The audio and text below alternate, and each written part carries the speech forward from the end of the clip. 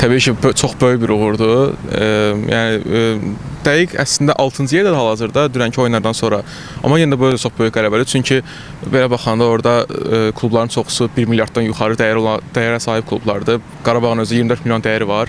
Yəni təbii ki, çox qürurlu andır bizim üçün. Həmçinin bu bizim Azərbaycanlı idarə etmənin çox gözəl olduğunu da sübut eləyir həmçinin. Yəni həqiqətən 24 milyon dəyərə sahib olan klubun belə uğurlara imza atması çox bir uğurdur bizim için. Yani hakikaten ben biraz zaman olarak çok fəxr edirəm bununla. Karabağ'ı ben takip ediyorum. İlk maçında da çok güzel oynadı. Bu maçta rakip de Kopenhag'da ciddi bir rakip. İyi başladılar. Kalecimiz iyi. Ben dün seyrettim. Pokalski. Evet, o güzel başarılı bir oyun çıkardı. Forvet de gereğini yaptı. Tabii takım tecrübeli.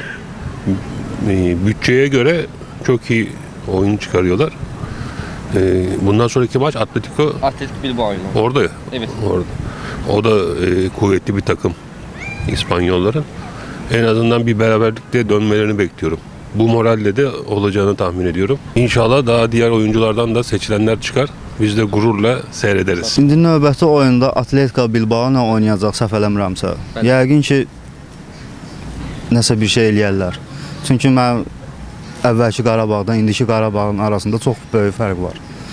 Yəni mən inanıram ki, təzə transferlər eləyib, Camilo Duran'dı, sonra Atlaydı yenə özünü göstərdi orada. Mən inanıram ki, orada ən azı heç olmasa 2 qol zad vura bilərlər. Yəni ki, bu Qarabağdan hər şey gözlənilir. Dünən mən də oyunu izləyirdim, orada canlı stadiondaydım. Uğuru nəyə bağladığımı soruşsaz, məncə disiplin deyərdim. Yəni uzun illərdir Qurban Qurbanovun məşqçiliyi davam edir. Onun qurduğu sistem üzərində inkişaf edərək davam edir. Buna bağlayıram. Normalda kağız üstündə baxdığımızda Atletico favorit olarak görür hamı, ama önceki 2 oyunda da eynisini düşündülər, amma yanıldılar. Yəni bilmək olmaz deyirəm. Yəni bu böyük bir qələbədir. Qarabağı təbrik edirəm. Əlbəttə ki, Elvin Cəfərquluyev təbrik edirəm. Yəni bu bizim üçün böyük qələbədir. Məncə də yəni Qarabağ bu statistikadan, Qarabağ bu heyətlə çıxsa, məncə də yəni Qarabağ biləbənə qələbə qazana bilər. Niyə qazanmasın ki? Yəni bu boyda qələbə, bu boyda üstünlüklə əldə edibsə, əlbəttə ki qazanar.